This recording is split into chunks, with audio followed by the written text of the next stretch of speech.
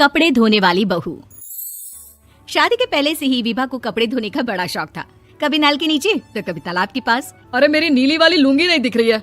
विभा की अम्मा कहाँ रखी है लुंगी? अरे वो तो विभा ने परसों ही धोकर रखी थी आपकी अलमारी में, देखो वहीं होगी। वो ना मैंने आज धो दी, मुझे लगा कि गंदी हो गई होगी। अरे कैसे गंदी हो गई थी? उसे तो मैंने पहना भी नहीं। हे भगवान, इस लड़की के कपड़े धोने की आदत से परेशान हो गया हूँ मैं। जितना तो घर में राशन नहीं आता उससे कहीं ज्यादा डिटर्जेंट पाउडर का खर्चा है। इसकी शादी करवा दो, शादी जाए अपने घर में ही करे काम, फिर चाहे घर के कपड़े धोने हो या पूरे गांव के। हाँ ठीक बोल रही हूँ, देखता हूँ मैं कोई लड़का। वो दिन भी आ जाता है जब विभा को देखने लड़के वाले आ जाते हैं। लड़की मुझे अच्छी लगी। होने वाली सास कहती है, बेटी अगर कुछ पूछना है तो पूछ लो। वैसे तो हमारी लड़की बहुत ही शर्मीली है, जो बोल दो वो मान लेती है, इसे क्या पूछना होगा। अरे कैसी बात कर रही हो माँ, मुझे इन लोगों के घर रहना है, सवाल तो कई है। हाँ हाँ बेटा पूछ लो ना, क्या पूछना है।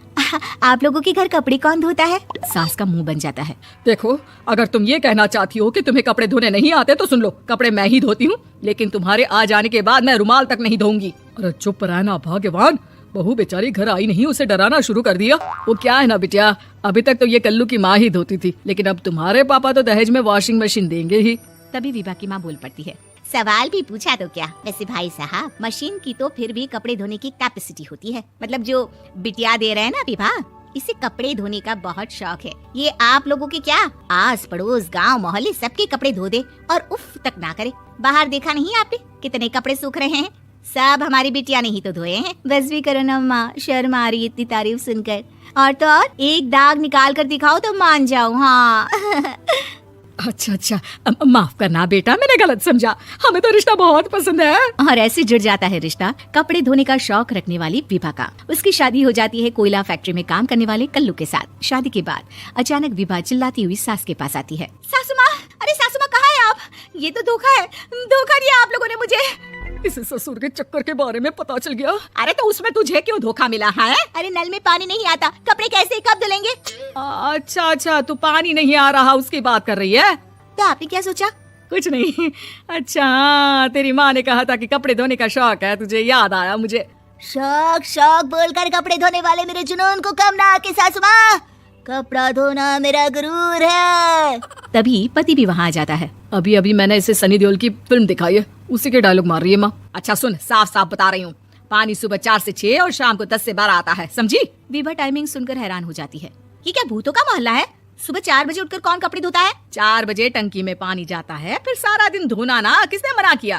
अरे कैसे बात करेंगे, 200 लीटर की टंकी में कितने कपड़े धो लूंगी मैं? सुबह ही उठ जाऊंगी मैं। अब क्या था, विभा सुबह 4 से लेकर रात के 12 बजे तक कपड़े ही धोती रहती। एक रोज सास पड़ोस से निकलकर कहीं जा रही होती है कि साथ वाली कहती है, हाँ कल्लू की माँ, जरा ये बताओ कि 2 साड़ी है, 2 ब्लाउज और एक पेटीकोट और एक नाड़े वाला लंबा कच्छा। हाँ तो? अरे तो क्या, कितना लोगी धुलाई ये बताओ। धोबन दिख रहे हैं हम क्या? हमारे पति सरकारी नौकरी से अभी अभी रिटायर हुए हैं और बेटा सुपरवाइजर है कोयला फैक्ट्री में। धोबन समझ रखा है हमें? हाय रे कल्लू की अम्मा, माफ कर दो, वो तो मोहल्ले में यही सब बता रहे थे कि तुमने बहू को कपड़ा धुलवाने के काम में लगा दिया है। सास को पड़ोसन की बात सुनकर गुस्सा आ जाता है। वो घर पहुंचती है जहां घर के बाहर ही इतने सारे कपड़े सूख रहे होते हैं जितने कि किसी धोबन के घर पर। अरे ओ कल्लू की दुल्हन, बाहर निकल। माँ जी यहीं आ जाओ, बाथरूम में चादर धो रहे हैं हम। अरे अभी हम धोते हैं, तुमको बाहर निकलो। ये आस पड़ोस वाले बोल रहे हैं कि हम बहू से कपड़े धुलवा धुलवा कर उसे कपड़ा धोने वाली बना दिए हैं। अरे छोड़ो ना माँ जी, किन लोगों की बातों में आती हो? आस पास के लोगों का तो काम ही होता है कि वो किसी तरह सास बहू को लड़ा दे। बहू सारे घर के कपड़े धोती है, ये क्या कम है? बोलिए। सास को भी लग जाता है कि वो बहू का ये संकीपन नहीं छुड़वा सकती, इससे अच्छा है कि खुद ही चुप हो जाए। एक रोज सास और बहू मंदिर जाते हैं जहाँ सास की साड़ी वहाँ खड़ी भीख मांगने वाली से मिलती है। माँ जी क्या बात है, आपकी साड़ी उस भिखारन से कितनी मिल रही है ना? हाँ हाँ देखो तो, दोनों की साड़ी मिल रही है। क्या बात है कल्लू की अम्मा, तुम खुद को तो अफसर की बीवी बताती हो और ऐसी सिंपल सी प्लेन साड़ी पहनकर घूमती हो। सिंपल और प्लेन नहीं है ये साड़ी। तो क्या सोने के धागे से फूल बने हैं? कुछ भी सासू माँ, कुछ भी। हाँ बने थे इस साड़ी में सोने के धागे से फूल। मेरे पति लेकर आए थे मद्रास से स्पेशली मेरे लिए 10,000 की। ताहे भाई साहब इस भिखारन के लिए भी सेम टू सेम साड़ी लेकर आए होंगे 10,000 की। सास उस वक्त कुछ नहीं कहती, लेकिन बहू के साथ घर आती है और अलमारी से एल्बम निकाल कर लाती है। ये साड़ी देख रही है, ये वही साड़ी है जिसे मैंने अभी पहना था। इस साड़ी में ये जो चमकदार फूल दिख रहे हैं ना, ये सोने के धागों से काटे गए हैं। लेकिन तू लोकल वॉशिंग मशीन ब्रश से घिस घिस कर सारे फूलों को निकाल कर साड़ी प्लेन कर दी। मुझे माफ कर दीजिए सासू माँ। और तो और, जब मैंने तुझे तेरी गलती के लिए कुछ नहीं कहा, लेकिन तूने तो सबके सामने मेरा मजाक ही बना दिया। क्यों? बहू को समझ में आ जाता है कि अब से उसका कपड़े धोना बंद।